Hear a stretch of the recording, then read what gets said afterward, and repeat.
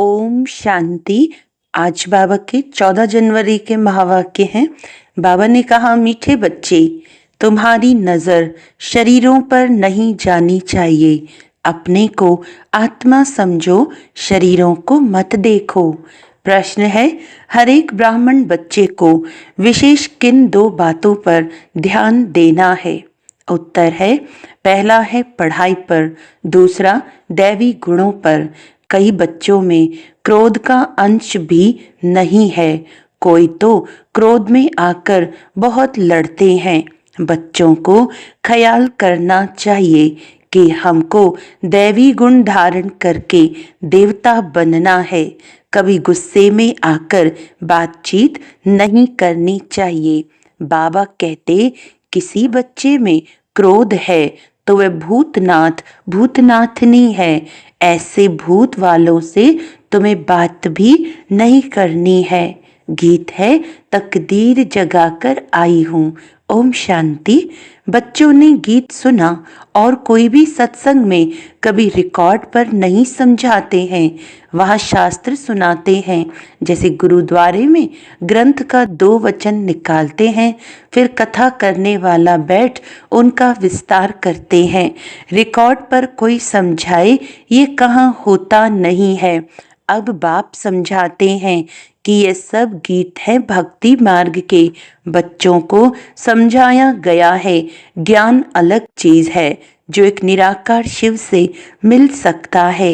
इसको कहा जाता है रूहानी ज्ञान। ज्ञान तो बहुत प्रकार के होते हैं ना। कोई से पूछा जाएगा, ये गलीचा कैसे बनता है? तुमको ज्ञान है? हर चीज का ज्ञान होता है। वह है ही जिस्मानी बातें। बच्चे जानते हैं हम आत्माओं का रूहानी बाप वह एक है। उनका रूप दिखाई नहीं पड़ता है।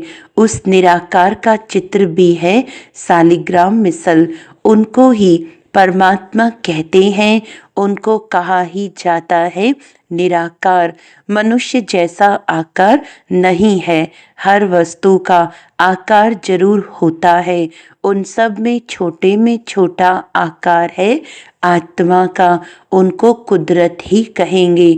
आत्मा बहुत छोटी है जो इन आँखों से देखने में नहीं आती। तुम बच्चों को दिव्य दृष्टि मिलती है जिससे सब साक्षात्कार करते हो। जो पास्ट हो गए हैं उनको दिव्य दृष्टि से देखा जाता है। पहले नंबर में तो ये पास्ट हो गया है, अब फिर आए हैं तो उनका भी साक्षात्कार होता है बहुत सूक्ष्म। इससे समझ सकते हैं। सिवाय परमपिता परमात्मा के आत्मा का ज्ञान कोई दे नहीं सकता। मनुष्य आत्मा को यथार्थ रीति नहीं जानते, वैसे परमात्मा को भी यथार्थ रीति नहीं जान सकते। दुनिया में मनुष्यों की अनेक मत हैं। कोई कहते आत्मा परमात्मा में लीन हो जाती, कोई क्या कहते अभी तुम बच्चों ने जाना है। सो भी नंबरवार पुरुषार्थ अनुसार सबकी बुद्धि में एक रस तो बैठ नहीं सकता। घड़ी घड़ी बुद्धि में भी बिठाना होता है। हम आत्मा हैं। आत्मा को ही 84 जन्मों का पाठ बजाना है। अब बाप कहते हैं, अपने को आत्मा समझ मुझ परमपिता परमात्मा को जानो और याद करो। बाप कहते हैं, मैं इनमें प्रवेश कर तुम बच्चों को नॉलेज देता हूँ। तुम बच्चे अपने को आत्मा नहीं समझते हो, इसीलिए तुम्हारी नज़र इस शरीर पर चली जाती है।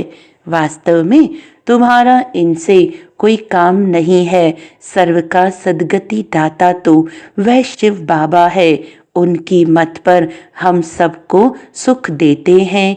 इनको भी अहंकार नहीं आता कि हम सबको सुख देते हैं। जो बाप को पूरा याद नहीं करते हैं उनसे अवगुण निकलते नहीं हैं। अपने को आत्मा निश्चय नहीं करते हैं। मनुष्य तो न आत्मा को न परमात्मा को जानते हैं। सर्वव्यापी का ज्ञान भी भारतवासियों ने फैलाया है। तुम्हारे में भी जो सर्विसेबल बच्चे हैं वह समझते हैं, बाकी सब इतना नहीं समझते हैं। अगर बाप की पूरी पहचान बच्चों को हो तो बाप को याद करें, अपने में दैवी गुण धारण करें। शिव बाबा तुम बच्चों को समझाते हैं, यह हैं नई बातें। ब्राह्मण भी जरूर चाहिए। प्रजापिता ब्रह्मा की संतान कब होते हैं ये दुनिया में किसको पता नहीं है। ब्राह्मण तो ढेर के ढेर हैं, परंतु वह है कुख वंशावली। वह कोई मुख वंशावली ब्रह्मा की संतान नहीं है। ब्रह्मा की संतान को तो ईश्वर बाप से वर्षा मिलता है। तुमको अब वर्षा मिल रहा है ना। तुम ब्राह्मण अलग हो, वो अलग हैं। तुम ब्राह्मण होते ही हो संगम पर, वह होते हैं द्वापर कलयुग में। ये संगम युगी ब्राह्मण ही अलग हैं। प्रजापिता ब्रह्मा के ढेर बच्चे हैं।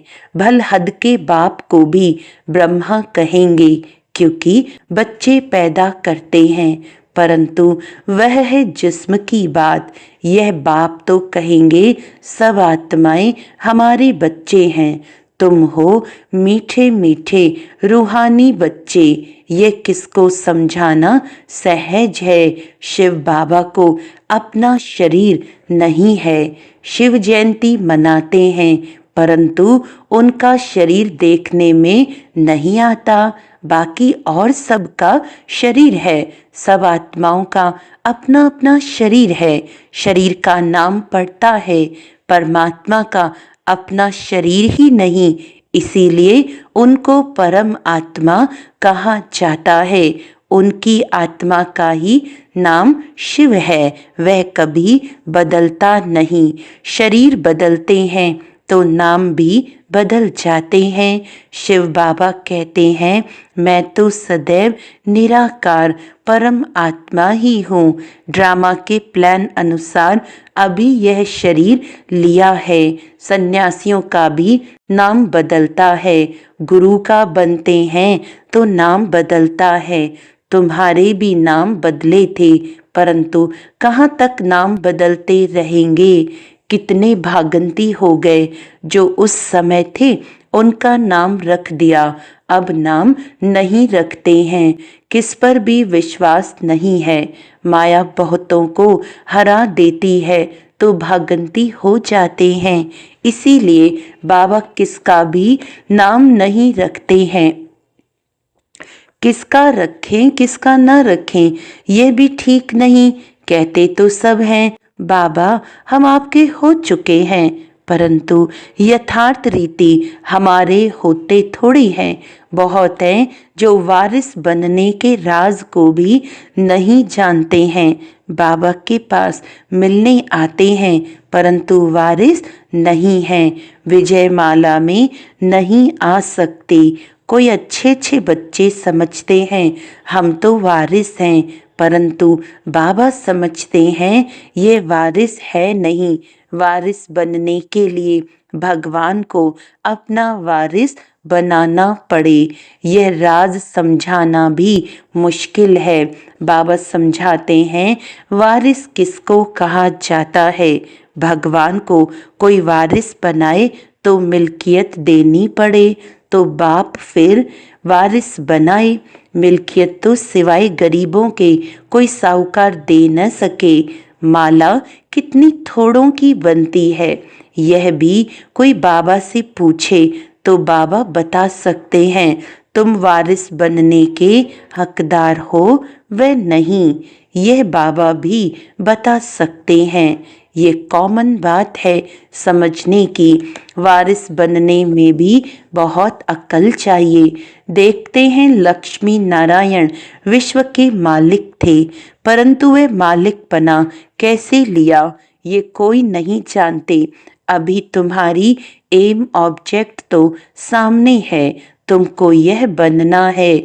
बच्चे भी कहते हैं हम तो सूर्यवंशी लक्ष्मी नारायण बनेंगे, न कि चंद्रवंशी राम सीता।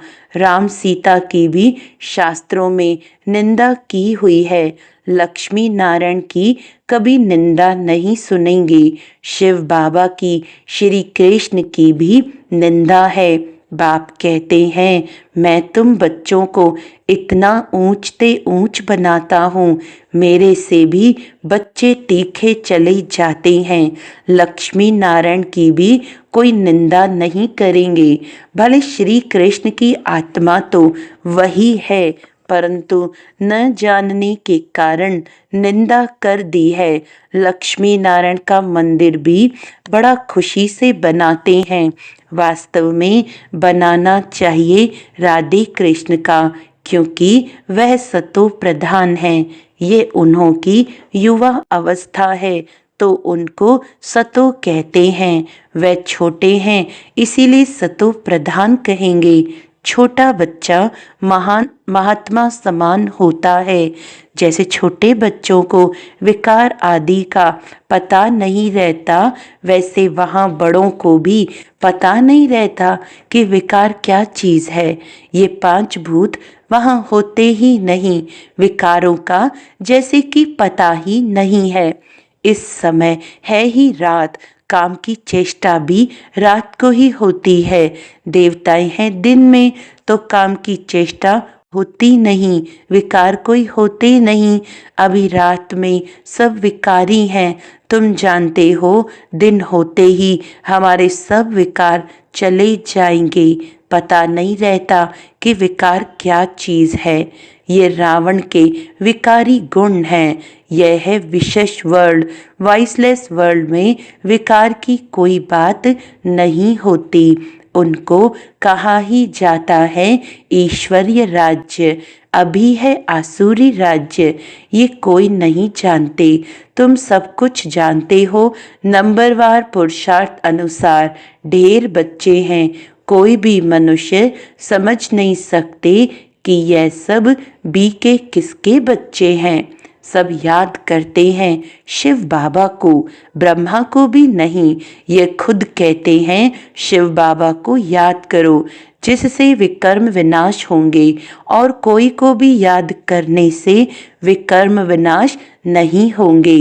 गीता में भी कहा है मामेकम याद करो।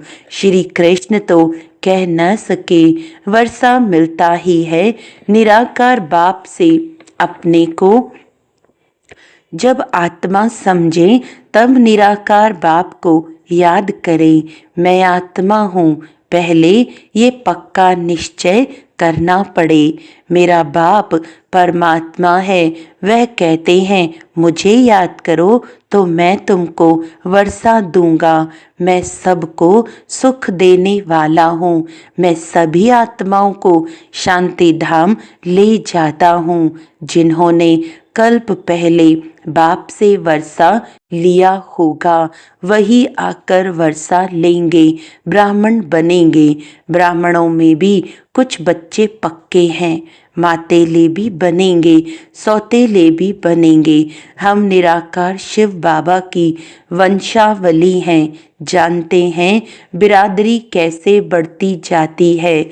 अभी ब्राह्मण बनने के बाद हमको वापस जाना है। सब आत्माएं शरीर छोड़कर वापस जानी हैं। पांडव और कौरव दोनों को शरीर छोड़ना है। तुम ये ज्ञान के संस्कार ले जाते हो, फिर उस अनुसार प्रारब्ध मिलती है। वह भी ड्रामा में नोंद है। फिर ज्ञान का पाठ खत्म हो जाता है। तुमको 84 जन्मों के बाद फिर ज्ञान मिला है। फिर ये ज्ञान प्रायलोप हो जाता है। तुम प्रारब्ध भोगते हो, वहाँ और कोई धर्म वालों के चित्र आदि नहीं रहते। तुम्हारे भक्ति मार्ग में भी चित्र रहते हैं। सतयुग में किसका चित्र आदि नहीं रहता। तुम्हारे चित्र ऑलराउंड भक्ति मार्ग में रहते हैं। तुम्हारे राज्य में और कोई का चित्र नहीं है, सिर्फ देवी देवता ही रहते हैं। इससे ही समझते हैं आदि सनातन देवी देवता ही है, पीछे सृष्टि बढ़ती जाती है।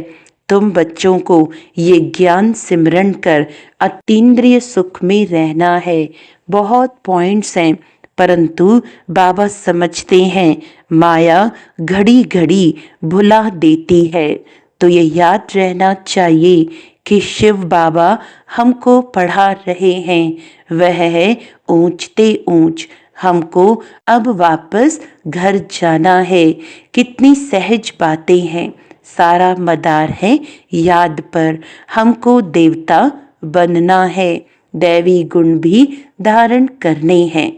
5 विकार हैं भूत, काम का भूत, क्रोध का भूत, देह अभिमान का भूत भी होता है। हाँ, कोई में जास्ती भूत होते हैं, कोई में कम। तुम ब्राह्मण बच्चों को पता है ये 5 बड़े भूत हैं। नंबर 1 है काम का भूत, सेकंड नंबर है क्रोध का भूत। कोई रफ टफ बोलता है तो बाप कहते हैं ये क्रोधी है, ये भूत निकल जाना चाहिए, परंतु भूत निकलना बड़ा मुश्किल है। क्रोध 1-2 को दुख देता है, मोह में बहुतों को दुख नहीं होगा। जिसको मोह है उनको ही दुख होगा। इसीलिए बाप समझाते हैं इन भूतों को भगाओ। हर बच्चे को विशेष पढ़ाई और दैवी गुणों पर अटेंशन देना है। कई बच्चों में तो क्रोध का अंश भी नहीं है, कोई तो क्रोध में आकर बहुत लड़ते हैं। बच्चों को ख्याल करना चाहिए, हमको दैवी गुण धारण कर देवता बनना है। कभी गुस्से से बात नहीं करनी चाहिए। कोई गुस्सा करता है तो समझो इनमें क्रोध का भूत है। वह जैसे भूतनाथ भूतनाथनी बन जाते हैं, ऐसे भूत वालों से कभी बात नहीं करनी चाहिए। एक ने क्रोध में आकर बात की, फिर दूसरे में भी भूत आ गया तो भूत आपस में लड़ पड़ेंगे। भूतनाथनी अक्षर बड़ा छीछी है, भूत की प्रवेशता नहीं हो जाए, इसीलिए मनुष्य किनारा करते हैं। भूत के सामने खड़ा भी नहीं होना चाहिए, नहीं तो प्रवेशता हो जाएगी। बाप आकर आसुरी गुण निकाल दैवी गुण धारण कराते हैं। बाप कहते हैं मैं आया हूँ दैवी गुण धारण कराए देवता बनाने। बच्चे जानते हैं हम दैवी गुण धारण कर रहे हैं, देवताओं के चित्र भी सामने हैं। बाबा ने समझाया है क्रोध वाले से एकदम किनारा कर लो, अपने को बचाने की युक्ति चाहिए। हमारे में क्रोध न आ जाए, नहीं तो 100 गुना पाप पड़ जाएगा। कितनी अच्छी समझानी बाप बच्चों को देते हैं, बच्चे भी समझते हैं। बाबा हूबहू कल्प पहले मुआफिक समझाते हैं। नंबरवार पुरुषार्थ अनुसार समझते ही रहेंगे। अपने ऊपर भी रहम करना है, दूसरे पर भी रहम करना है। कोई अपने पर रहम नहीं करते, दूसरे पर करते हैं तो वे ऊंच चढ़ जाते हैं, खुद रह जाते हैं। खुद विकारों पर जीत पहनते नहीं, दूसरे को समझाते हैं, वह जीत पहन लेते हैं। ऐसे भी वंडर होता है। अच्छा, मीठे मीठे सिके लदे बच्चों प्रति माता पिता बाप दादा का याद प्यार और गुड मॉर्निंग। रूहानी बाप की रूहानी बच्चों को नमस्ते। हम रूहानी बच्चों की रूहानी बाप दादा को याद प्यार गुड मॉर्निंग, नमस्ते नमस्ते नमस्ते जी। धारणा के लिए मुख्य सार है ज्ञान का सिमरण कर अतीन्द्रिय सुख में रहना है। किसी से भी रफ टफ बातचीत नहीं करनी है। कोई गुस्से से बात करे तो उससे किनारा कर लेना है। भगवान का वारिस बनने के लिए पहले उन्हें अपना वारिस बनाना है। समझदार बन अपना सब बाप हवाले कर ममत्व मिटा देना है। अपने ऊपर आपे ही रहम करना है। वरदान है साक्षी हो, ऊंची स्टेज पर सर्व आत्माओं को सकाश देने वाले बाप समान अव्यक्त फरिश्ता भव। चलते फिरते सदैव अपने को निराकारी आत्मा और कर्म करते अव्यक्त फरिश्ता समझो तो सदा खुशी में ऊपर उड़ते रहेंगे। फरिश्ता अर्थात ऊंची स्टेज पर रहने वाला। इस देह की दुनिया में कुछ भी होता रहे लेकिन साक्षी हो, सब पाठ देखते रहो और सकाश देते रहो। सीट से उतरकर सकाश नहीं दी जाती। ऊंची स्टेज पर स्थित होकर वृत्ति दृष्टि से सहयोग की, कल्याण की सकाश दो, मिक्स होकर नहीं। तब किसी भी प्रकार के वातावरण से सेफ रह बाप समान अव्यक्त फरिश्ता भव के वरदानी बनेंगे। स्लोगन है याद बल द्वारा दुख को सुख में और अशांति को शांति में परिवर्तन करो। अच्छा, अपनी मनसा शक्तिशाली मनसा द्वारा सकाश देने की सेवा करो। आज का पॉइंट, अपनी शुभ भावना, श्रेष्ठ कामना, श्रेष्ठ वृत्ति, श्रेष्ठ वाइब्रेशन द्वारा किसी भी स्थान पर रहते हुए मनसा द्वारा अनेक आत्माओं की सेवा कर सकते हो। इसकी विधि है लाइट हाउस माइट हाउस बनना। इसमें स्थूल साधन, चांस व समय की प्रॉब्लम नहीं है, सिर्फ लाइट माइट से संपन्न बनने की आवश्यकता है। अच्छा, ओम शांति।